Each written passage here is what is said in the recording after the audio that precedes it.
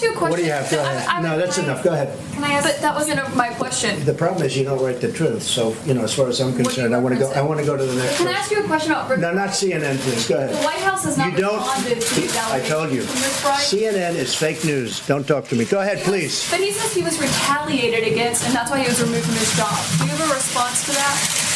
Okay, next question. Mr. President, I have to hire a spokesperson just so that Elon Musk doesn't put out tweets that then confuse federal workers. Are my press briefings not good enough for you, Jackie? You're going to see some young faces in the next Trump administration. The president-elect announced his press secretary is going to be Karoline Leavitt. She is just 27 years old. She was a press secretary for his campaign. She was a fierce fighter and defender of his, both on the airwaves, going on all the different shows, and behind the scenes working with the press. So no surprise that he picked her. She was also a super young candidate not so long ago. In the 2022 midterms, she ran for Congress in her home state of New Hampshire. She did not succeed and then went on to work for the Trump campaign. And she's part of that new generation that was actually a big reason why Trump won the election. He won the youth vote by a way bigger margin than most Republicans have in recent years. And now he's bringing those new faces into his next administration. Now, before I take questions, I would like to address an extremely dishonest narrative that we've seen emerging over the past few days. Many outlets in this room have been fear-mongering the American people into believing there is a constitutional crisis taking place here at the White House. I've been hearing those words a lot lately. But in fact, the real constitutional crisis is taking place within our judicial branch, where district court judges in liberal districts across the country are abusing their power to unilaterally block President Trump's basic executive authority. Sure. So U.S. consumer confidence fell this month the most since August of 2021. What is your message for Americans who are concerned about the impact of things such as tariffs on prices? Yeah, sure. Well, thank you for that question. It's obviously an important one. The president campaigned on reigniting the Trump economy and fixing the mess that was created by the previous administration in this country, and they must be held accountable. And something different. There is now a member of the European Parliament from France who does not think the U.S. represents the values of the Statue of Liberty anymore. They want the Statue of Liberty back. So is President Trump going to send the Statue of Liberty back to France? Absolutely not. And my advice to that unnamed low-level French politician would be to remind them that it's only because of the United States of America that the French are not speaking German right now. So the United States asked that. Mary. Hey, thanks, Caroline. I wanted to ask about this video that I saw this morning set to the tune of, I believe, Closing Time, about deportations of illegal migrants. What's the strategy behind the White House's videos they've been putting out on this, and can you kind of talk us through the thinking on these videos? Sure. We are unafraid to message effectively what the president is doing on a daily basis to make our communities safer. And the specific video you referenced, I think it sums up our immigration policy pretty well. You don't have to go home, but you can't stay here. Go ahead. Without his consent or knowledge. And that's not just the president or me raising those questions, Caitlin. According to the New York Post, there are Biden officials from the previous White House who raised those questions and wondered if the president was even consulted about his legally binding signature being signed onto documents. And so I think it's a question that everybody in this room should be looking into, because certainly that would propose perhaps criminal or illegal behavior if staff members were signing the president of the United States autograph without his consent. Biden is on the record talking about issuing preemptive pardons to these people. But was he aware of his signature being used on every single pardon? That's a question you should ask the Biden Is White there any House. evidence on that he wasn't aware of? You're a reporter. You should find to the woman in the purple, because I saw you were making a face at my previous answer. So what's going on? Well, actually, I have a couple of questions. At the core of pro-Palestinian protests on college campuses and elsewhere is a demand to end the war in Gaza, a goal that this administration actually supports and has pursued. So why has this not been acknowledged or highlighted even? Because these colleges in these protests have again put out Hamas propaganda. The only reason Democrats have changed their minds on Tesla is because Elon Musk changed his mind on Donald Trump. That's the bottom line. I know AOC, for instance, used to drive a Tesla. I'm not sure if she still does. If she still does, it's because she knows it's a great American-made product. And that's why President Trump was proud to review some of those models at the White House yesterday. He ultimately went with the red sports model. It's actually sitting at West Exec right here at the White House now. But as you said, the president purchased the Cybertruck for his granddaughter, which is a very nice gesture. He campaigned on no taxes on tips, no taxes on overtime, no taxes on Social Security benefits. He is committed to all three of those things, and he expects Congress to pass them later this year. I'm sorry, have you ever paid a tariff? Because I have. That's they it. don't get charged on foreign companies, they get charged on the importers. And ultimately, when we have fair and balanced trade, which the American people have not seen in decades, as I said at the beginning, revenues will stay here, wages will go up, and our country will be made wealthy again. And I think it's insulting that you are trying to test my knowledge of economics and the decisions that this president has made. I'm now regret giving a question to the Associated Press. Past 4 years, we've seen the Biden administration spend money like drunken sailors. It's a big reason we've had an inflation crisis in this country, and it's incumbent upon this administration to make sure, again, that every penny is being accounted for honestly. Why impose this pause with so little notice? Why not give organizations more time to plan for the fact that they are about to lose, in some cases, really crucial federal funding, at least for a period of time? There was notice. It was the executive order that the president signed. There's also a freeze on hiring, as you know, a regulatory freeze, and there's also a freeze on foreign aid. And this is, again, incredibly important to ensure that this administration is taking into consideration how hard the American people are working. And their tax dollars actually matter to this administration. You know, just during this pause, DOGE and OMB have actually found that there was $37 million that was about to go out the door to the World Health Organization, which is an organization, as you all know, that President Trump, with the swipe of his pen in that executive order, is no longer wants the United States to be a part of. So that wouldn't be in line with the president's agenda. DOGE and OMB also found that there was about to be 50 million taxpayer dollars that... Are any officials here preparing to fight Democratic lawmakers in the streets? Absolutely not. So some of these, thanks for the question. Some elected Democrats are so steamed about DOGE. Congresswoman LaMonica McIver says we are at war. Ilhan Omar says we might actually see somebody get killed. And Chris Van Hollen says we have to fight this in the Congress. We have to fight this in the streets. So what now? And may I just point out, if you heard that type of violent, enticing rhetoric from our side of the aisle, from Republican leaders on Capitol Hill, I think there would be a lot more outrage in this room today. It's unacceptable, the comments that have been made by these Democrat leaders, and frankly, they don't even know what they're talking about. Because President Trump was elected with a mandate from the American people to make this government more efficient. He campaigned across this country with Elon Musk, vowing that Elon was going to head up the Department of Government Efficiency, and the two of them, with a great team around them, were going to look at the receipts of this federal government and ensure it's accountable to American taxpayers. That's all that is happening here, and for Democrat officials to incite violence and encourage Americans to take to the streets is incredibly alarming, and they should be held accountable for that rhetoric. It sounds like something that they're most concerned about is DOGE engineers with access to Treasury systems. Can you clarify? Do the DOGE engineers have read-only access in these systems, so they are not allowed to write new code? They are. Of the 3,500 arrests ICE has made so far since President Trump came back into office, can you just tell us the numbers? How many have a criminal record versus those who are just in the country illegally? All of them, because they illegally broke our nation's laws, and therefore they are criminals as far as this administration goes. I know the last administration didn't see it that way, so it's a big culture shift in our nation to view someone who breaks our immigration laws as a criminal, but that's exactly what they are. Can they have one of the worst first? They all have a criminal record? And welcome to the break. If they broke our nation's laws, yes, they are a criminal, yes. Snoop Dogg.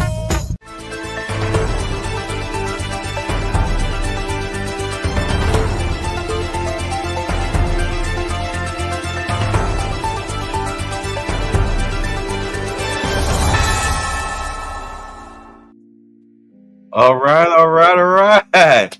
Good morning, good afternoon, good evening, wherever this video finds you. Welcome to Text. What's going on, Simeon? I know it's 6 o'clock.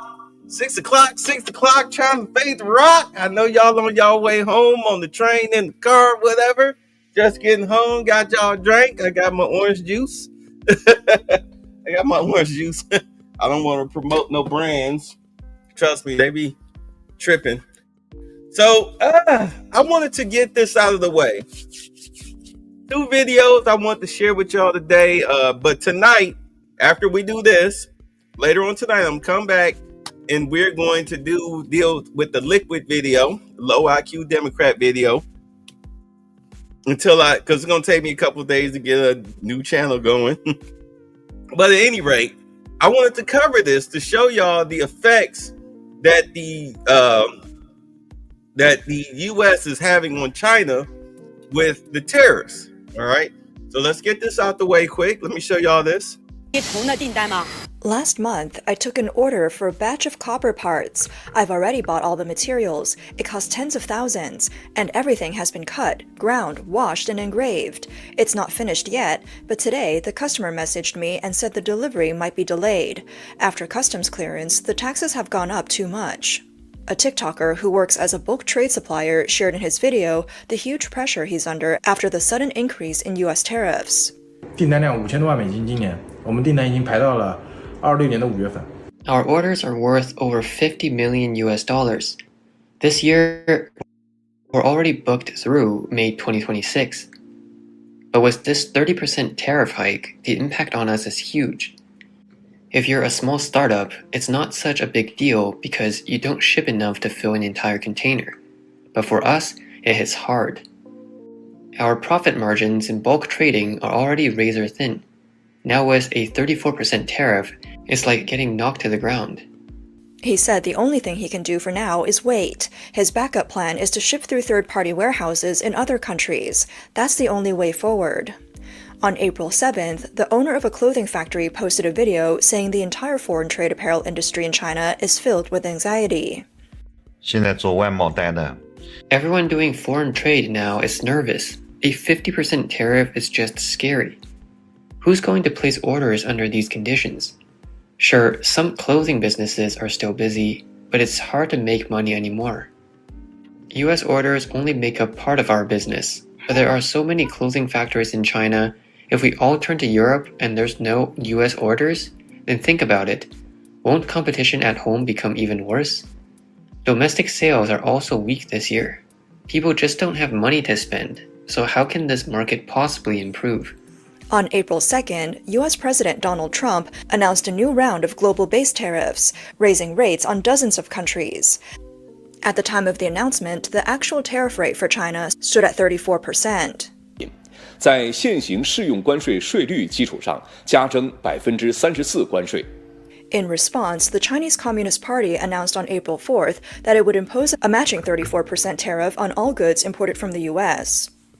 Trump then warned that he may raise tariffs on China by another 50%. The CCP responded by saying it's ready to fight to the end. While the Chinese government is showing a tough stance, many businesses in China are already feeling the pain. On April 7th, a TikToker filmed a clothing factory that had shut down and said the clothing industry is in serious trouble. All the machines in his factory are about to stop. He said this year is going to be incredibly tough. That same day, another TikToker posted a similar scene, workers moving goods around inside a clothing factory. He wrote that as soon as the US swung its tariff hammer, the impact finally hit the apparel industry. His factory originally had orders scheduled through the end of July, but now over 6,000 down jackets have been put on hold, and the ready-to-ship products are piling up in the warehouse. He said both offline and online sales are struggling this year. Even live stream selling isn't working anymore. With sluggish consumer demand and weak domestic sales, the foreign trade slowdown is pushing more exporters into the domestic market, creating even more excess production. He said this year's apparel industry is like a pressure cooker that could blow at any moment. This isn't just panic, it's worse than during the pandemic. Many clothing business owners may lose everything they've built over a lifetime. People seeing anybody seeing potential war with China. Another TikToker showed the current situation at his factory. Because of the tariff hike, orders have been delayed or canceled. Now his packaging and printing factory doesn't even have boxes to make. All he can do now is clean the factory. A TikToker shared a video saying that after the US increased tariffs, the impact on China's foreign trade is obvious. He mentioned that when he flies, there are hardly any Westerners on the plane, mostly people from Africa. Also, when entering the US, Chinese people face especially strict security checks. I'm at Guangzhou Baiyun Airport right now, and the flight is about to take off. This tariff increase is really affecting China. If you look around, you can see there are almost no white faces here, mostly African brothers. This shows how tough the foreign trade situation is right now. When I went through customs, they saw my yellow skin and Chinese passport and gave me a hard time. They asked about every little detail: why I'm here, who I'm visiting, where I'm staying, how long I'll be, and what business I'm doing. Traveling abroad is already hard, and now people like me in foreign trade have to face Trump's 54% tariff hike and random checks. On April 6, a female owner of a laser cutting factory, Liu Ting, posted a video saying that manufacturing in China is going to get even harder, and she plans to sell off her 30,000 watt equipment. 是的，你们没有听错，我可能要把去年4月份买的大图的激光要准备出掉了。 Yes, you heard me right. I might have to sell the laser equipment I bought last April. I don't need to explain. You can probably guess why.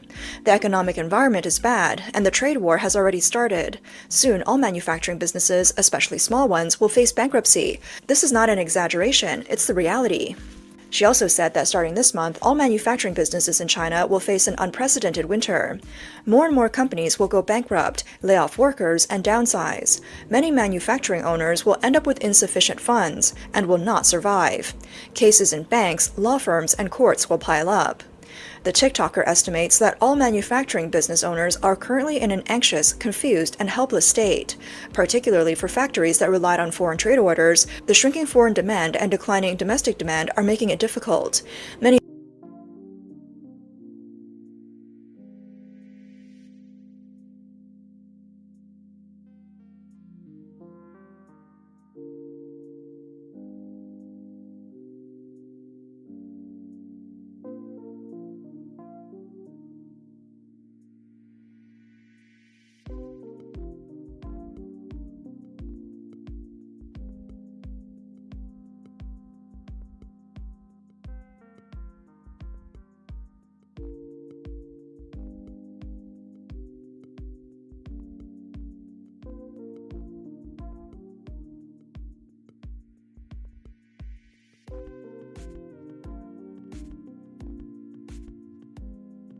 Damn, I'm sitting up here talking. I'm sorry.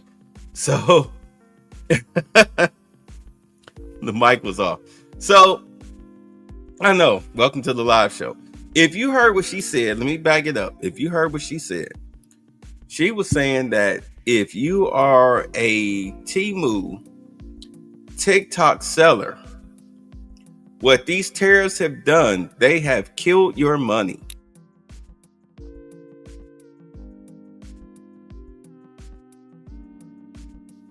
You understand? Nothing's going out. Nothing's going out. None of your products are being shipped right now. So all the people who are concerned about TikTok being sold, whatnot, this is why it is imperative for not only for TikTok to be sold, but also for China to relent to the tariffs, because it's shutting down American businesses for those who are TikTok, Temu merchandise sellers. Understand that whatever the U.S. government gets from China, they can easily replicate. But you as a Temu TikTok seller, you're in trouble. Everything is done, halted.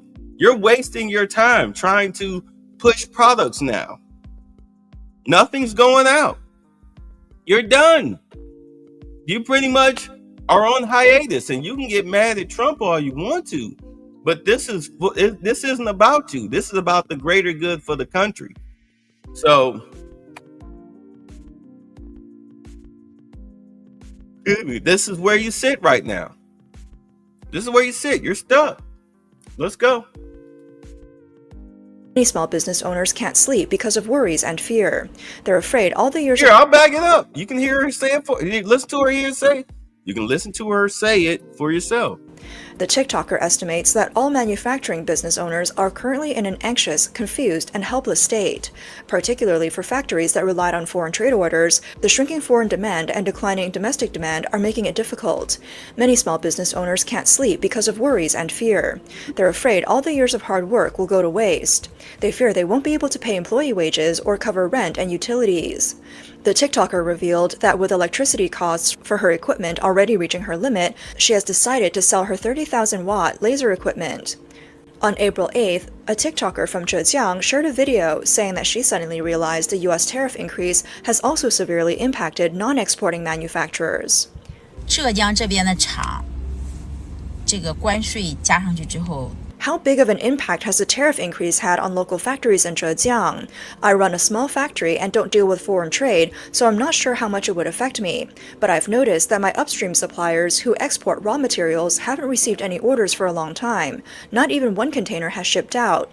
When they can't get orders, they try to switch to domestic sales. Now people at their factories are still working non-stop, running around to try to make domestic sales. So when they get involved in the domestic market, doesn't that just drag the domestic factories into it too? Everyone's getting caught in the spiral, and in the end, we'll all collapse together. The impact is really huge, and some people probably haven't realized it yet. Whether it's the impact on their foreign trade or on our factories that don't deal with foreign trade, it's all very significant. On April 7th, a TikToker from Foshan visited a newly built factory district and recorded footage of the vacant and neglected factory buildings. He said, "Look at these factories that were just built last year. Now I can't even find a single person. There are no cars or people on the road. Some of these factories are single-story and others have multiple floors. The landlords spent nearly 1 billion yuan to build these. Just a few years ago, these beautiful buildings were all leased out by middlemen. You had to wait in line to rent a factory space, but now there isn't a single customer coming to view the space. The new factory buildings behind me haven't even been renovated yet because the landlords are afraid of spending money if no one rents them. With the manufacturing industry in decline, every industry is struggling." He recalled that some Chinese companies moved to Southeast Asia to avoid the US-China trade war a few years ago. Now, this new wave of tariffs is a heavy blow to those companies because some countries have even higher tariffs than China. He questioned where these companies should go next: stay in Southeast Asia, move back to China, or shift to Africa. On April 7th, Ms. Gong, a manager of a Bluetooth headphone export company in Guangzhou, told Radio Free Asia that most companies in Guangdong that used to trade with the US have stopped accepting orders due to tariff barriers. She said, "I had dinner with people from the industry yesterday, and they told me that they used to export products from Vietnam to the US. Now most of those orders have stopped. They're not taking new orders. They're just waiting to see how serious the situation will get. Right now, we know that foreign trade companies in Guangzhou and Guangdong are temporarily not accepting orders." Ms. Gong also mentioned that a Hong Kong company near her recently moved its factory to Ho Chi Minh City, Vietnam, and is currently hiring Vietnamese locals. However, the sudden increase in U.S. tariffs has put the factory in a difficult position. She said they just built the factory in Vietnam, and now they're about to start operations. But now the U.S. has increased tariffs by 46% on Vietnam, so it's impossible to avoid the high tax rates. The investment they made earlier is now wasted. According to Trump's announced plans, the U.S. will implement differentiated tariffs on different countries and regions, with China at 34%, the EU at 20%, Taiwan at 32%, Vietnam at 46%, Switzerland at 31%, the UK and Brazil at 10%, and Japan, South Korea, and India at 24%. Additionally, Trump announced a minimum 10% tariff on all goods entering the U.S. However, on April 7th, U.S. Treasury Secretary Scott Bessent stated that nearly 70 countries have already reached out to the U.S. to discuss negotiations on Trump's latest tariff policy. He revealed that President Trump will personally participate in the talks to secure the best bargaining position for the U.S. Many Southeast Asian countries, including Vietnam, Indonesia, Thailand, the Philippines, and Malaysia, have expressed willingness to make adjustments and negotiate with the U.S. Despite Vietnam's proactive efforts to reduce U.S. import tariffs, the White House refused to offer reciprocal concessions, citing non-tariff cheating. U.S. trade advisor Peter Navarro recently said that Vietnam's issue lies in non-tariff methods, such as Chinese products being exported via Vietnam and the theft of U.S. intellectual property. His comments highlighted that the Trump administration not only sees tariffs as a tool to resolve trade imbalances, but is also trying to prevent country of origin laundering and reshape global manufacturing and supply chains. On April 6, a TikToker who runs a granulator production factory posted a video saying that due to the U.S. tariff policy, her factory has been working overtime to meet the demand from orders from Southeast Asia. Today is the second day of our holiday, but all our staff have been urgently called back to the factory to work overtime because of the tariff increase. Last night, our Southeast Asian customers called, asking us to hurry up and produce and ship. The boss said we should prioritize foreign orders. The big factories we work with are also working non-stop. I don't know what's going to happen next. Do you understand what this means? Some viewers commented under the video, saying, "Once these orders are done, there won't be any more orders. This is the last deal. This is the final flurry before the factory shuts down. Rushing to finish orders overnight, then pulling out when the business ends." After the U.S. announced the 34% tariff increase on Chinese goods, the People's Daily published a series of articles over 3 days, strongly criticizing the U.S.'s unilateral abuse of reciprocal tariffs, while stating the sky will not fall. However, it's clear that Chinese industry is feeling pessimistic. Reports from Chinese media indicate that Chinese manufacturers, foreign trade businesses, third-party intermediaries, and U.S. buyers are all struggling in this tariff battle. Some are reworking their costs overnight and engaging in price wars. Others are changing product specifications and shipping methods, while some are rushing to fulfill orders in an attempt to minimize losses before the new tariffs take effect. One foreign trade owner said, "No matter what, with these tariff hikes, the biggest losers are the business people." Mr. Zhu, an e-commerce entrepreneur from Jiangsu, told Radio Free Asia that the U.S.'s high tariffs on China will lead to the collapse of many e-commerce businesses. He said, "We are definitely affected. The impact is huge, and there's basically no profit left. We just can't keep doing business. Many e-commerce businesses in Jiangsu and Guangdong can't operate anymore. Everyone's in poverty now. The time of hunger and instability is coming. Just the other day, I met an elderly man in his 80s who was cursing the leaders, saying they've ruined this country. Our foreign policy is surrounded on all sides, and no country is engaging with China normally anymore." Veteran media figure Mr. Ge believes that the differences between China and the U.S. are not just about tariffs, and that Trump's tariff hikes are aimed at countries around the world. He points out that China's trade surplus with the U.S. nearly reached $300 billion last year, something President Trump greatly dislikes. He added that U.S.-Vietnam trade can be resolved through negotiations between the leaders of the countries, including lowering tariffs on Vietnamese products entering the U.S. But this is not the case for China. He said, "In comparison, the trade war is definitely more disadvantageous for China because China depends heavily on the U.S. market. The U.S. itself is a huge market. The key issue is that after China made the first move, no other countries followed, which is probably the most troublesome problem for China. If Vietnam successfully negotiates with the U.S. and benefits from it, it will attract many other countries to follow suit and negotiate as well." The People's Daily, the CCP's official paper, warned in a commentary that the U.S.'s actions will ultimately lead to a self-destruct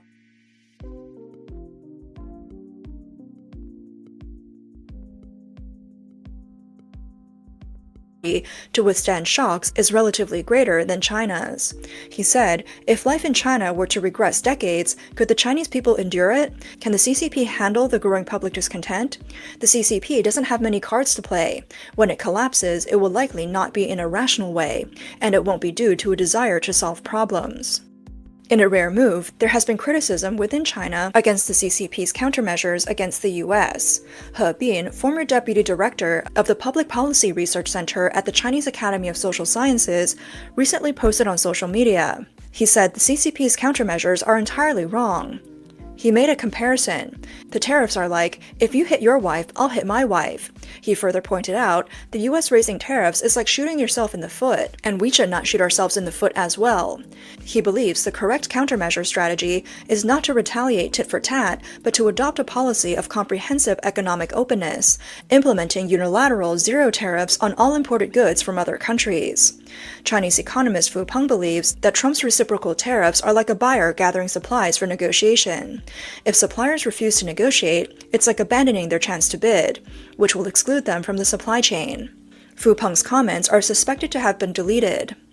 Chinese financial website Yi Cai cited analysis from Gao Ruidong, chief economist at Everbright Securities. He said that the current China-US trade friction is gradually extending into the fields of technology and finance.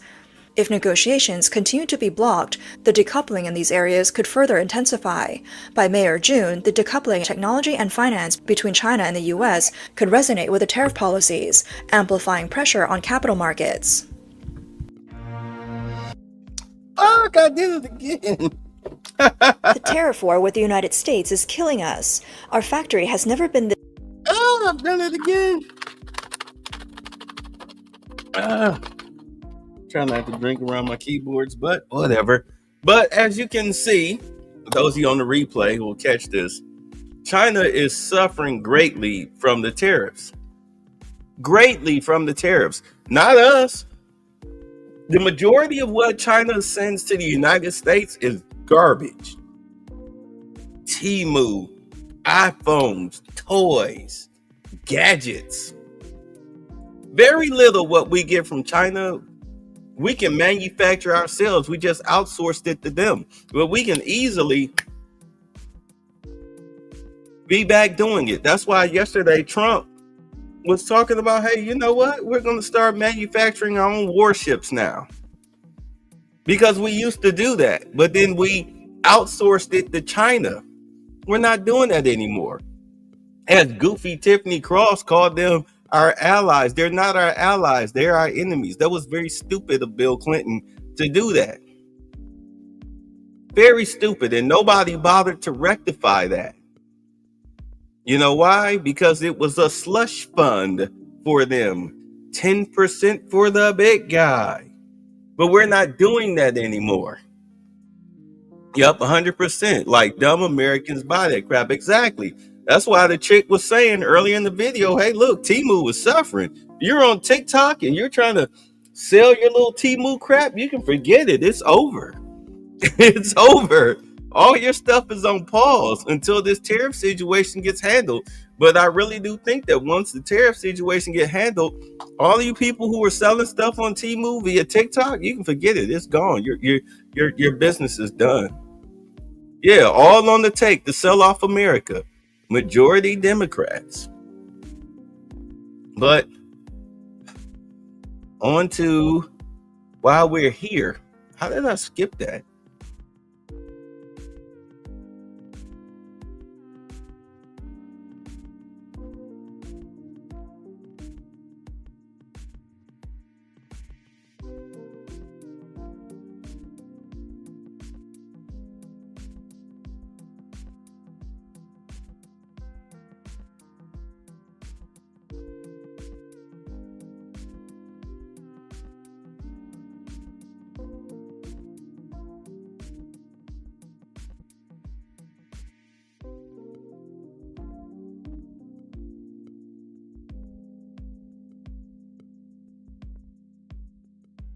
To be back in the White House.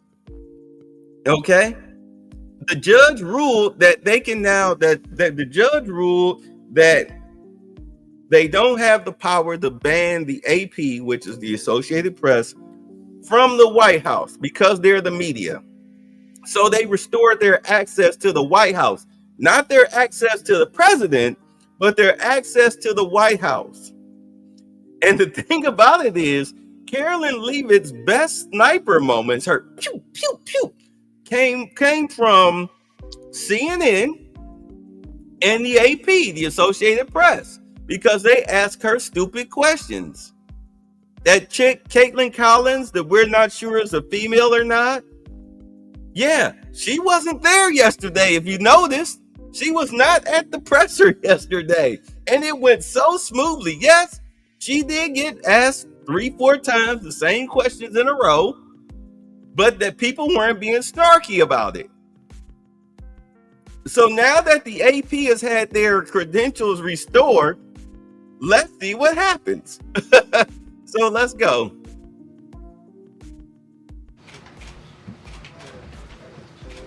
Good afternoon, everybody. Happy Friday.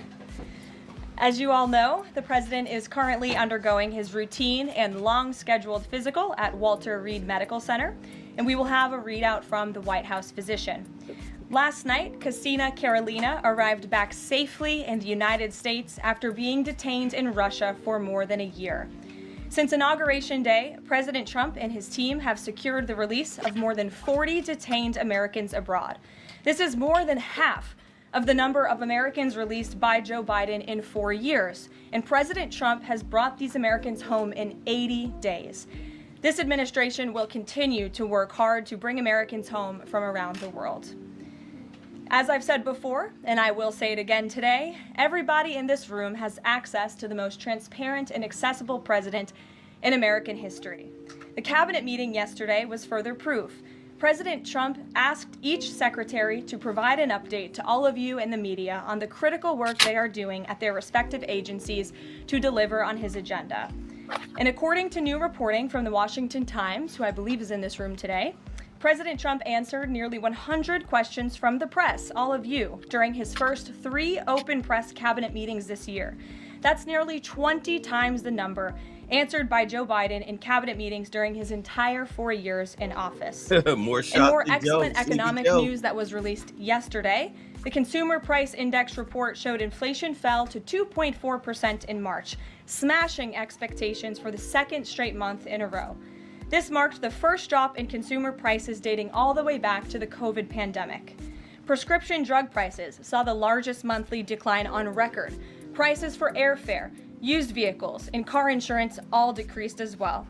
And energy prices fell 2.4% in March, driven by plummeting gas prices around the country. Also yesterday, House Republicans answered President Trump's call to move forward the budget resolution and officially set the stage for the passage of one big, beautiful bill. The American economy will boom after this bill is passed and the rest of the president's pro-growth agenda goes into effect. The largest tax cuts and deregulation in history, coupled with our energy industry unleashed and renegotiated trade agreements that put America first, are the ultimate formula to usher in the golden age of America. On that note, more than 75 countries have now reached out to the Trump administration, eager to address the trade issues that have exploited America and hurt our workers in the process. Oh, I think that she's on the cover of this. Off the hook to make deals. And these countries wisely heeded President Trump's warning not to retaliate, and as a result, they were rewarded with a 90-day pause and substantially lower reciprocal tariff rates during this period so potential solutions can be achieved. Past presidents just willingly accepted the failed status quo on trade that ripped off our workers and our companies. But that's not who this president is. He creates his own leverage and negotiates deals better than anyone else who has sat in the Oval Office before him. And that process is currently underway. On another matter, the deadline for registration under the Alien Registration Act is today. All foreign nationals present in the United States longer than 30 days must register with the federal government. Failure to comply with this is a crime, punishable by fines, imprisonment, or both. As President Trump and Secretary Noem have both said, if you register and you leave now, you choose to self-deport, you may have the opportunity to return later legally. But if not, you will be arrested, fined, deported, never to return to our country again. All right, so understand what's going on here. The reason why they're like, hey, look, you can self-deport, register and self-deport, and then you can come back. All right, because understand that they're going to change the immigration law. You're not going to have to, they're not going to force you to wait 10, 12 years to have a hearing and all of this stuff. They're going to make it a very easy process, especially if you are already here. You're already here. You don't have a criminal record. Now, they haven't said this, but that's why I'm ticks. This is common sense. You've already been here. You've been working. You haven't committed any crimes. Do green card holders have to check in and register? They're already checked in and registered. You got a green card. But if you overextended it, then you need to go ahead and, hey, look, overextended it. What do I need to do? Tell me what I need to do. I want to follow the law. Like, yes, I'm sorry you got me. Lax laws, you caught me. But I got a green card. Can I extend it or what? I mean, it is what it is. It is what it is. Your best bet is to check in. Just check in anyway. For your own safety and security, so you don't get deported and then you get banned and then you can never come back. But going back to what I was saying, you threw me off a little bit. But it's fine. It's a valid question. You've been here working. You haven't committed any crimes. You've been paying into the tax system, whatever. I mean, the crime that you did commit was that you came into the country illegally and you usurped somebody's identity through their social security number. So you've been defrauding the federal government. That's a federal crime. That's automatic deportation. But we get it. That was the old laws. They overlooked that. But now you have the new laws where DOGE has killed your social security numbers. Everybody over 120 years old, which is millions upon millions of people who have active social security numbers, those numbers are now dead. Your social security number is now dead. It's deactivated. Which means social security and your Medicaid. And this is what Hakeem Jeffries and these other liquids, low IQ Democrats, keep talking about. And they're like, oh, they're trying to take away your social security and Medicaid. And then they pay these goofy white people to shout down people at town. You're stealing my social security. Like, no. Like, are you an illegal? Are you using a dead person's social security number? No. Then why are you crying? Pull up you got your banking app? You collect social security? You do? You got a banking app on your phone? Yes. Pull it up. Let's see. Show us that you didn't get paid. Show us your deposits. Show us you didn't get paid. Yeah, exactly. Exactly. Quit lying. You paid shill. But so now what's going on is these illegal immigrants can no longer get paid off of the stolen social security numbers that somebody in the government had been selling. Those social security numbers are no more. So now that you can't get paid, what are you going to do? Your best bet is to go ahead, like she said, put your name on the registry, self-deport, and then reapply to come back. Because once they change it over, probably by the summer, once they change it over, you've proven that, you can be a valuable person in American society, more than likely they'll welcome you back. They'll welcome you back. As I've been saying for months, they'll probably give you the citizenship test book. Come to this spot. If you pass the test, you're in. We'll swear you in. You'll get a valid social security number, valid ID. You can get paid a fair wage. And then you can come back and be a contributing member of society. Just keep your nose clean and you'll be all right. That's fair. That's humane. This is why the majority of the people that they're going after are Trende Alagra and MS-13, because they're the true criminal element. Everybody else, hey, you just got caught up in the sweep. You shouldn't have been helping them. Your little Trende Alagra gang member, hey, yeah, you the connect. Hook me up with this person, that person. And then when ICE is on their trail and they catch you at 8:42 in the morning on your way, calling yourself going to work, hey, you shouldn't have been dealing with the criminal. Flat out. They don't care. So there's your compromise right there. There's your compromise. Anyway, let's get back to it with this. Man, I know that jacket is hard on the eyes when it comes to the camera. But, whatever. We just work here. The Trump administration will continue to enforce our nation's immigration laws. We will not pick and choose which laws to enforce. We must know who is in our country for the safety and the security of our homeland and for all American citizens. I also have a note from the First Lady to share with you on this Friday. On Tuesday this week, First Lady Melania Trump celebrated the advancement of the Take It Down Act in the House Energy and Commerce Committee. The important legislation passed the committee with bipartisan support, and as you may remember, the President talked about this bill in his address to a joint session of Congress last month. The First Lady remains dedicated to her championing child well-being, ensuring that every young person can thrive, and of course, championing her Be Best agenda. We urge Congress to swiftly pass this important legislation. Here in our new media seat today, we have Jordan Berman.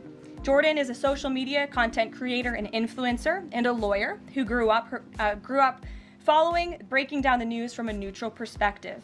Jordan is the host of her own podcast called Unbiased Politics, where she dissects the top stories from the week from a legal perspective. Jordan focuses on bringing back real journalism from a nonpartisan perspective and has mastered explaining complex legal decisions to a mass audience in the short-form context. Her two biggest platforms are TikTok and Instagram, where she has roughly 500,000 followers on each. With that, please kick us off, Jordan. Thank you.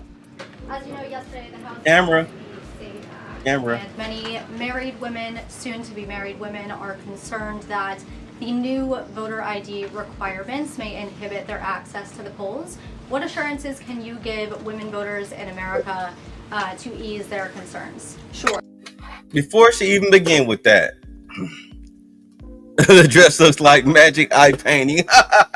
Before she even begin with that, understand that the Democratic talking about. You say, when am I going to be in there? Bruh, I will never pass a White House background check. You did what the who back in Anyway, no, but let me stop. No, but understand that the Democratic talking point is that, and I'm going to cover this tonight with Ratchet Crockett and Sonny Holston and their racist stupidity. We're talking about black people don't have ID. That we're too stupid to have ID or to know how to get an ID. We don't have the money for ID. I mean, some very racist stuff coming from, of course, Sonny Holston and Ratchet Crockett. You're right. Oh, Lord, exactly. I mean, but do understand, but really what they're trying to say is that the illegals that they want to vote coming up in these elections, they don't have ID. Let me show you this. See, look at the states. No ID. This is that Kamala one. No ID, no ID, no ID, no ID, no photo ID, no ID, no ID.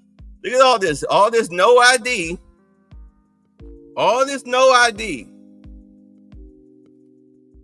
You say you got into that argument back in 2008. Yeah, so you see, this is what they're really talking about, but they're trying to throw us as black people under the bus concerning ID. Because they can't say, well, the illegals that we want to vote, they don't have real IDs, because they got stolen social security numbers that have been killed thanks to the president via Doge, via Elon Musk. So they pin it on us. Like, wow, like we just the scapegoats. Oh my God. Anyway, so let's get on to this. Well, the SAVE Act, as you mentioned, was passed by the House yesterday. This is the Safeguard American Voter Eligibility Act. I believe I'm getting that correct. And this act is a common sense measure. It would require proof of citizenship for voting in our elections. The Democrats have been fear-mongering about this bill, have been saying that married women, if their name has changed, they didn't change it on their identification, would not be able to vote. That is complete fallacy. There are outline in the bill about how to avoid that. The president very much supports a common sense solution to ensuring that only citizens can engage in our elections. This is critical to improving the integrity of our elections and also the trust that American citizens need to have in our electoral process. So the president supports this bill, and that is a myth that has been proven wrong by the text of this bill, and I believe some of the co-sponsors of the bill have been very vocal in addressing that. And certainly I myself, as a married woman, would not stand before this podium if the president did not support such a common sense measure. Thank you. For my next question, I actually want to give a voice to the American people. I sourced a question from one of my listeners. Her name is Bryn. She is from Oregon. And she asked, what, if any, plans do you have, the administration, for the money that will be generated by tariffs imposed on foreign goods? How will the administration facilitate the development of American industries when many critical components, labor, parts, etc., are much cheaper and more feasible from foreign entities? It's a great question from your listener, and I want to thank her for submitting it to you to ask. That's the part of the new media seat, is so that everyday Americans across the country have a voice in this room. So thank you again for being here. Thanks for the question. The president's point about his trade and tariff agenda is to bolster our manufacturing industries here in our country, to bring down the cost of living here in our country, and to ensure that we are maintaining critical supply chains here in America. We cannot be dependent on countries like China if we want this country to be strong and wealthy. So the president wants to restore wealth to America by shoring up these jobs here at home, which will result in good paying jobs and higher wages for the American public. And so Americans should trust in that process. He effectively implemented tariffs in his first term while driving down the cost of living in this country, and that's what he's focused on doing again. Thank you. As a follow-up question, could I just ask, are there any specific ideas that the administration has as to what that revenue, specific tariff revenue, will be used for? Yes, to the heart of your question, the president has spoke about the trillions of dollars that he expects in revenue from tariffs and how we can use it to pay down our debt and to ensure that we are no longer faced with a crippling national debt in the trillions that is going to bankrupt our nation for future generations. So that money coming back home will make America in the green rather than in the red, which any small business owner across the country, I believe, can appreciate. Thank you so much. Thank you. Kelly. Tomorrow there will be negotiations between the United States. Wait, okay. Y'all know this? Y'all know this? Who's missing? The blonde chick with the horrible shoes. That normally, you know, she has the nice pantsuits, but she dresses her shoes are terrible. She's nowhere to be found today. As is Caitlin Collins is nowhere to be found today. Of course, this chick, she's always here. The little California cute chick. She's always in this spot, standing right here. This guy right here with the blonde hair, he's normally on Sky News Australia. Okay. Yeah, he's normally on Sky News Australia. I recognize him right off rip. But of course, you see this old chick, she's always here. And well, I don't recognize anybody else off rip. I mean, but yeah, you notice oh yeah, this chick that looks like Tootsie, she got rid of that scarf. Yesterday she was looking like Tootsie. She got rid of that scarf. All right. So any rate, all right, so let's get to her question. I'm farting around. Let's go. And Iran, what are the president's chief goals for that? And is he satisfied with how Iran is responding to this? They don't want direct face-to-face negotiations, instead sort of old school shuttle diplomacy where they're in separate rooms and messages are passed back and forth. So is the president comfortable with the arrangement there, and what is the chief objective? Well, I have spoken to both the president and also his national security team What's up, who No will be News? engaged in these discussions. These will be direct talks with the Iranians, and I want to make that very clear. I also spoke to the president just last night about his goal when it comes to Iran, and he has reiterated repeatedly to all of you publicly and also privately to his team here at the White House, his ultimate goal and the ultimate objective is to ensure that Iran can never obtain a nuclear weapon.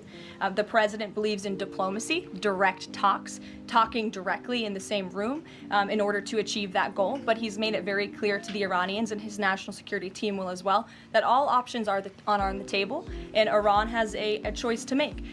You can agree to President Trump's demand, or there will be all hell to pay. And that's how the president feels. He feels very strongly about it. And can you... Yeah, understand. Iran is not scared to push the button. The second they get that sucker assembled and, you know, is it ready to go? Yes. Okay.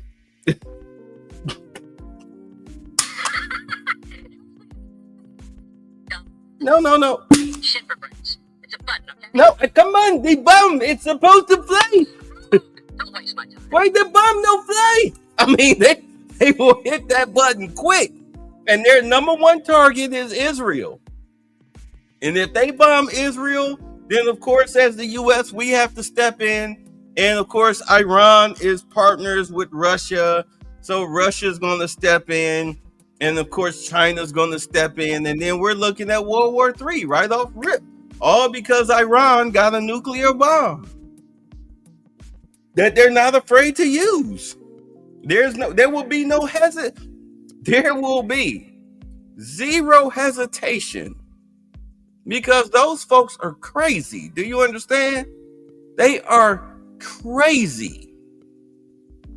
You update us on Mr. Witkoff in Russia and what's happening with direct communications with Vladimir Putin. I can confirm that Mr. Witkoff is in Russia to have direct communications with the Kremlin and with Vladimir Putin. This is another step in the negotiating process towards a ceasefire and an ultimate peace deal in Russia and Ukraine. As these negotiations are ongoing, I obviously will not get ahead of the president or his team, but I think the president has been quite clear that he's been continually frustrated with both sides of this conflict, and he wants to see this fighting end. He wants the war to end.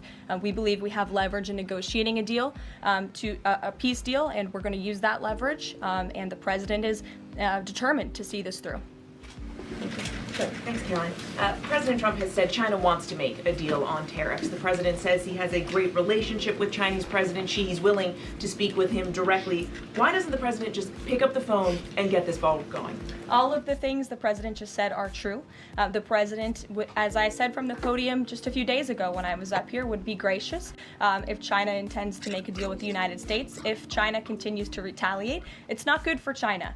The United States of America is the strongest, best economy in the world, as evidenced by the more than 75 countries who have called the administration immediately to cut good deals. So the president wants to do what's right for the American people. He wants to see fair trade practices around the globe, and that's his intention and his goal. So is he waiting for China to make the first move here? I'm not going to comment on communications that are happening or may not be happening, or either way. Staying in her lane. Leave it to our national security team to get these discussions underway. And as always, in the effort of transparency, we will provide updates moving forward. But the president has made it very clear he's open to a deal with China. Why is he optimistic that China's going to make a deal or wants to make a deal if they're not talking? Where's that optimism come from? He's optimistic. Hey, why would it? Yeah, because from what I'm understanding, what I heard earlier today was that either China, it's like this. Either you agree to the tariffs, kill everything down, make a deal, or we just cut you off. And matter of fact, we'll even talk about kicking you out of, the World Trade Organization, the WTO. We just get rid of you. We just cut you off. We'll just cut you off. You don't make nothing but junk anyway. And whatever little iPhones and all that little goofy crap, you can get it right here from the United States or any other. You can get it from Japan, Taiwan, whatever. This is why China was having this little issue with Taiwan. It was all over this. It was all over production. They're thieves. Tiffany Cross. They're not your allies. They're your enemies. They're thieves. Jesus Christopher. Would any of our allies work with us to isolate China in a trade war if we're treating friend and foe alike? You'll have to talk to our allies who are reaching out to us. The phones are ringing off of the hooks. They've made it very clear they need the United States of America. They need our markets. They need our consumer base. You saw Prime Minister Benjamin Netanyahu. Wait, I'm laughing at you say they left. It reminds me of that joke. Dave Chappelle, yeah, they don't take black hostages. Like, hello. Like, yes, we have 5 black. Hello. Here.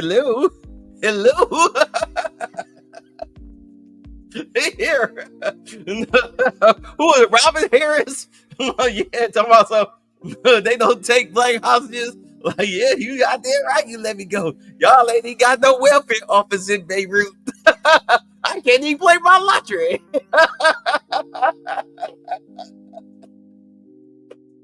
The black person, your American passport might as well be Might as well be this tissue paper. This is my American passport. It's like, man, I don't have no value. Get the hell up out of here.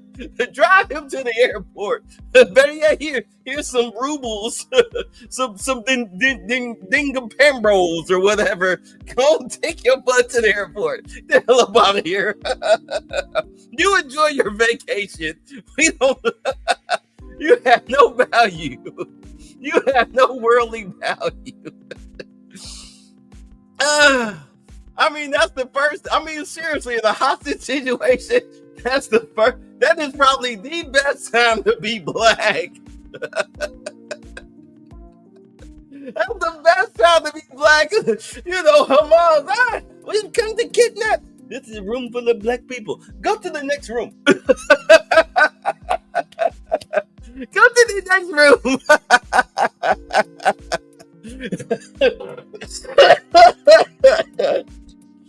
Call the United States. Yes, we have 50 black people. Like, we'll pay you to keep them. I hate to be funny about it, but come on.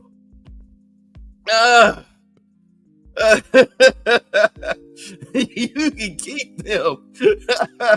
Matter of fact, we grant them full citizenship in your country.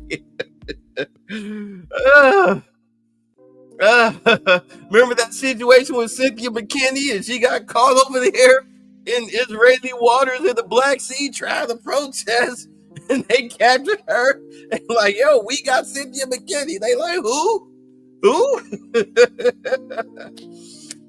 They put her on the first plane back to America.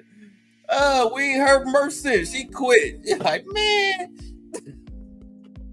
That Malcolm X, when he slapped his hand on the desk.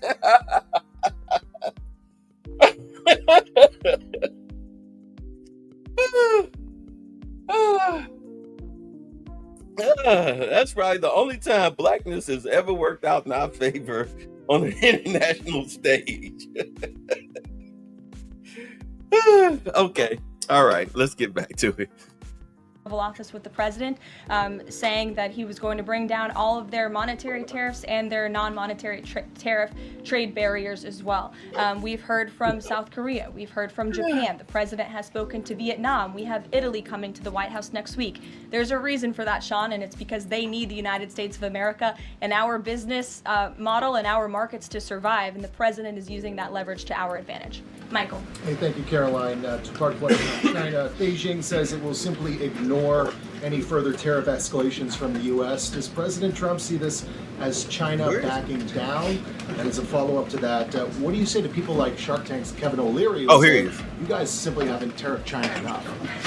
Look, the tariff rate on China remains where it was yesterday, at the 145% level. The president made it very clear when the United States is punched, he will punch back harder. And he hopes to make a deal that benefits the American worker and our companies that have been ripped off for far too long. And he's finally taking bold and courageous action to do that. You know, taking on China is, in the terms of trade and tariffs, is something that both Democrats and Republicans alike have spoken about for decades. President Trump is finally doing it. Yeah, Kevin O'Leary of Shark Tank. I mean, I know people look at him as a TV guy, but this guy's he's practically a billionaire because he does international business. And he was like, the hell with China. To hell with China. Like, China been ripping off the United States for decades. They steal your IPs, your intellectual property. They bootleg your stuff. Remember I said, okay, we throw up the tariffs, okay? Corporations overseas that don't want to manufacture their stuff here, let's say if we sold it for, like this cup. Remember I said this cup, $10, and currently. But now because of the tariffs, it's now $20. Somebody here in the United States will take this cup, put a handle on it, and sell it for $10. The original sale price. People will buy this cup with the handle for $10, then $20 as is from overseas because of the tariff. Because we just stole your intellectual property and just put a little twist on it. So now, in order for you to still make a profit off your original IP, you have to move your factory here and recreate this cup and now sell it at $8 instead of being greedy. That's what China does. China puts the handle on the cup and then turn around and sell you your own stuff right back to you on Temu. And you turn around and buy it on Temu because, oh, it's got a handle on it. So you actually pay what you could get here for $10. You pay $15 because China gave it a little handle. They rip you off. That's what Kevin O'Leary was talking about. That's why he was like, the hell with China. And oh yeah, give them 3,000,000% tariffs. They steal our stuff. They can sue you in American court, but you can't go to China and sue them in their court for stealing your IP. They're literally the world's thieves. They're IP thieves. And nobody does nothing. I mean, Kevin O'Leary, he went off on China. He went off on China as far as their business acumen. Real quick, the president of El Salvador is coming to the White House on Monday. Does President Trump want him to bring Kilmar Abrego Garcia with him? The Supreme Court made their ruling last night very clear that it's the administration's responsibility to facilitate the return, not to effectuate the return. I believe the Department of Justice just filed another brief in the lower court. I would defer you to that for any updates. But as you mentioned, President Bukele will be here at the White House on Monday to talk about the cooperation that is at an all-time high. And we very much appreciate President Bukele and El Salvador's cooperation and the repatriation of El Salvadorian gang members who the previous administration allowed to infiltrate our country. Sure. They're not coming back. Thank you very much. That dude is not coming back. The president spoke quite highly of the great relationship he has with the Turkish president. We know that the president might be heading off to the Middle East very soon. Is he planning to meet with the Turkish president, either here in the White House or in Turkey? Any plans? I don't have any details about the president's overseas trip other than to say he was surely going to Saudi Arabia. There could be more countries as part of that trip. We're working on the details, and as I've said repeatedly, we will provide the details of that trip as soon as possible. A trip to Turkey, or his invitation to the Turkish president, is under consideration? I am not going to comment on the details of the trip, but once they're confirmed, I will certainly let you all know. I'll put it to you like this. When he go overseas, I'm telling you right now, they're going to have double, triple, quadruple the security when Trump goes overseas. When he leaves this country, he's going to have more security than any president ever, because for the simple fact of what's going on with these tariffs, China and Russia, not to mention Ukraine. I guarantee you. Oh, and Palestine. He's going to have so much security, it's going to be ridiculous. He's probably going to go back to the King days where they're going to have food tasters. Remember they poisoned, I think it was Bush. Was it Bush? They poisoned him. He was overseas. I think he was in China and they poisoned him. He fell out. And they were talking about, oh, he had food poisoning. No, you don't start sipping on soup and then all of a sudden you fall out because you had the flu. They tried to kill him. Y'all don't remember that. Remember when George Bush Jr. was overseas and the guy, he threw the shoes at him? George Bush Jr., he was dodging them shoes like he was playing dodgeball. Yeah. Oh, by the way, that guy that threw the shoes, they took him in the back room. They broke his arms and legs. They beat him. They beat the hell out of that dude. They broke his arms and legs with the butt of their rifles in a room somewhere. They said you could hear him screaming while they was tearing him up. But yeah, but watch. He has a very strong security detail. Watch. I mean, you already saw that Zelensky tried to kill Putin. They tried to blow up one of his security cars, one of his cars. They tried to kill Putin. It got to the point they started going into the sewers He had people, KGB down in the sewers checking for bombs and stuff and devices and everything. It's getting critical. People don't know. Because a lot of us are 9-to-5ers. We're not really paying attention to this stuff. That's why I'm here. But yeah, these people are not playing. They're trying to kill each other up in here. It's all smiles and whatnot. Remember Zelensky when he was in the White House talking about you're surrounded by oceans and you don't feel it now. Like, yo, I'm trying not to feel it. That's why you need to pick up this damn pen and go in that room and sign this freaking peace deal. Stop playing around. You're messing up the money.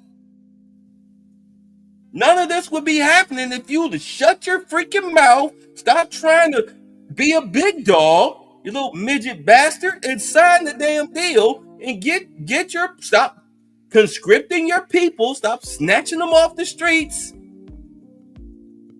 to the point where there's videos of your soldiers that you kidnapped and forced out to the field. There's videos of them committing suicide in the field. They're killing themselves in basic training because they don't want to be there. How about you stop doing that and just sign the deal and take your coming punishment like a man? Because we're going to remove you either now or later. The choice is yours. You're delaying the inevitable. You have no protection. Your protections have run out. I'm not going to get killed because of you. So let's go. Yes, Stephen. Thank you, Caroline. I'd like to ask you about presidential health and also about tariffs. On presidential health, are there plans for the president's physician to come here and take our questions? And also, President Trump repeatedly makes remarks about the former president's health. Is he considering using his executive powers to bring any greater transparency there? Indeed. As I have said, the president is undergoing his long-scheduled physical. It's a yearly physical that every that's when they tried to poison him. We'll provide an update on that by the president's physician as soon as we possibly can. And about the former president and transparency regarding his health, are there? Well, I can tell you there was certainly a lack of transparency from the former president, from the entire former administration, and frankly, a lot of people in this room when it came to the health and the competence of the former president of the United States, Joe Biden. There was one of the greatest cover-ups and frankly political scandals this nation has ever seen. Let me back it up. I was reading y'all comments. My bad. I was reading y'all comments because I'll be on this screen, the main screen with the video. I don't be on the StreamYard screen. So let's replay this. I'm sorry. Regarding his health, are there? Well, I can tell you there was certainly a lack of transparency from the former president, from the entire former administration, and frankly, a lot of people in this room when it came to the health and the competence of the former president of the United States, Joe Biden. There was one of the greatest cover-ups and frankly political scandals this nation has ever seen. It's been unraveled in some recent books that are being written by journalists who engaged in that cover-up and scandal, which is quite ironic. But this president is clearly committed to transparency. You in this room see him and hear from him on a daily basis. You in this room know from covering him, it's hard to keep up with him. He is a machine working around the clock every single day. And the physician, after today's physical, will provide an update on the report in the effort of transparency. If I could ask about tariffs. Yeah, like slow down, swings this week in the Treasury bond yields. There's a theory that it might be because of China dumping these as leverage, driving up costs for U.S. loans like mortgages. Does the White House have evidence that this is in fact a result of Chinese dumping, and if so, is there a message on that? Not to my knowledge, but I would check in with the Treasury Department on that. I can tell you I know our Secretary of Treasury, Scott Bessent, is keeping a very close eye on the bond market. He spoke about it at the White House this week, and I know he's keeping his eyes on it day to day. Ed. Thanks. Thank you, Caroline. So the administration, I have an administration source who's telling me that we're weeks away from the first deal with the country over tariffs. Where is the administration? How soon can we see that? And what country is that first one? I won't reveal or get ahead of our trade team as these negotiations are obviously ongoing, but I can tell you very good progress has been made.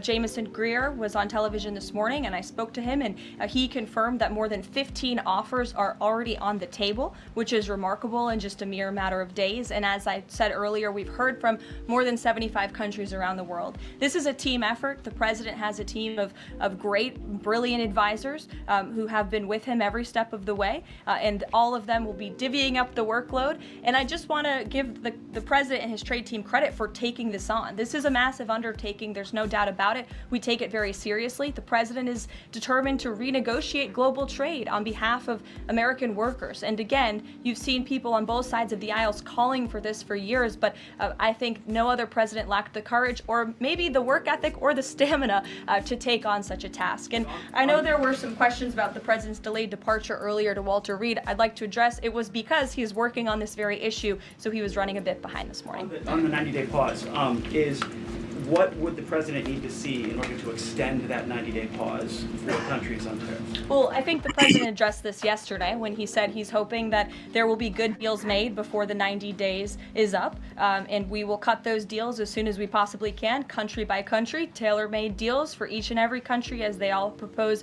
unique challenges and unique assets to each country, advantages rather, and when that 90-day mark hits, the president will make that decision then. One more, if I could, on a different subject. So a bird earlier attacked my colleague Peter Doocy during a live shot at I'm wondering if that's why Peter is absent from his seat. Is he doing okay? He's recovering. Has anyone checked on him? He's recovering. Is anyone looking into that incident? I could check in with GSA to see if anybody here is looking into it. I gotta see that. I know there's got to be footage of that. Earlier today, so I'm hoping somebody checked Reporter in got on attacked that. by I'm a bird, hoping it bro. doesn't run up Let's here see, and distract me. I gotta see if that That would exists. be Let a me good way see. for all of you to distract me, actually. Have a mouse come run up here. So I'll get an answer for you on that, out of respect for our good friend Peter. Jeff? Why is American consumer confidence so low? Look, I think there's a great optimism. Okay, wait. I got it. All right, hold on. Let's see it. Let's see it. Okay. Right. Yeah, Peter, I appreciate it. A bird just landed on my head. What is going on? What was that about? I did not like that at all. America. Right. Yeah, Peter, I appreciate it. A bird just landed on my head. What is going on? What was that about? I did not like that at all. Okay. All right. That's what they talking about. He gonna take my and toupee. Let me stop. Okay. All right. Let's get back to it. In this economy. Great optimism for the American people. A lot of reason for people to feel optimistic. The president is, as I just said, trying to renegotiate the global trade agenda that has ripped off the American people for far too long. As he said, this is going to be a period of transition. He wants consumers to trust in him, and they should trust in him. Look at what he did in his first term. And I just want to reiterate all of the reasons to be confident since you asked, Jeff. For those watching at home, yesterday the CPI report, inflation declined massively. Consumer prices are dropping for the first time in years. Energy prices are down. In fact, oil prices are down 20% since this president took office. Wholesale prices fell again. There have been trillions of dollars in investments into this country. Every day the president is signing executive orders to cut regulation, especially when it comes to Environmental Protection Agency, our energy industry. That's going to unleash the economic boom in this country that we saw in the president's first term. So trust in President Trump. He knows what he's doing. This is a proven economic formula. What is he asking of Americans at this time? He talked about transition costs, transition problems. Is he asking? All right, so what guy is he talking about? You talking about this guy right here? Because, I mean, or you talking about this guy right here? Who are you talking about? Tell me which guy you talking about that you say is 8 feet tall. What is he wearing? Describe his outfit. Let's see, but as far as who's talking, let's see who's talking. Economic formula. What is he asking of Americans at this time? He talked about transition costs, this guy. Problems. Is he asking something specific for Americans to do? No, I think the president is asking for Americans trust in Trump, as I just said, trust in his. Oh no, okay, so you talking about? Hold on, let me back. This guy right here? No, he's standing on something. That's an old photographer trick. You step on something for height. All right. Yeah, you see old Ling Ling here, looking all cute. Let me stop. All right, let's go. Asking something specific for Americans to do? No, I think the president is asking for Americans trust in Trump, as I just said, trust in his economic agenda and formula. It's a proven formula that works. And by the way, clearly the American people do in fact trust him because they did just overwhelmingly elect him to this office. Jennifer. Is he going, I'm asking about the physical, is he undergoing any general anesthesia, and can you outline any of the other tests that he's doing today? He is not. He is undergoing quite a few tests, imaging. Again, it's a it's a yearly physical, so there's quite a lot that goes into it to make sure the president is accomplishing all of his goals, and we will provide a readout of that as soon as we can. And will you be committed to releasing all of the results, as many of the results as possible? Of course, yes. The president's physician will do that. I spoke with him this morning. Sure. Will you guys also consider releasing the president's fitness plan? He actually looks That's healthier than ever before. Healthier than he did 8 years ago, and I'm sure everybody in this room could agree. Is he working out with Bobby Kennedy? And is he eating less McDonald's? I can confirm the president is in very good shape, as you see, on a near daily basis here. And in that vein, thank God it's Friday. It's been a very long and busy week here at the White House. We will see you all on Monday, and we will release the results of that report as soon as we can. Have a great weekend, everybody. All right. So you say Trump ain't doing heat. He'll walk in there, BS for an hour and split. They might give him like a stress test. They might give him a stress test, probably check on his blood pressure and everything. More than likely, the doctor will probably tell him, get some rest, get some sleep. Because, I mean, let's be honest, the guy is like, I mean, he's been a machine. You would think that he was 40, the way that he's been, like, it seemed like every hour, something, he's popping off, doing something. I have never seen the president this active and this open and transparent in my life. Like ever. Like, I mean, he's like, he's got the press always by his side. He's always answering questions. He's signing executive orders. Seems like at least 3-4 times a week. The guy's been very busy. Yeah, like me either. Never. Yeah. You know, and he's not even 3 months in. He's not even 3 months in, and he's gotten more done in 2 1/4 of a month than most presidents do in a year. But the biggest thing that he has to do, he's got to, right now, as far as we can look at it, yeah, weekly cabinet meetings, yeah. The way I look at it, the biggest things that he has to concentrate on right now, he's got to get Zelensky to sign that freaking deal. You got to get Iran, you got to make sure that they don't get a nuke. And you've got to get this tariff situation handled, which he's going to get handled. He gave these people 3 months. I talked about it yesterday.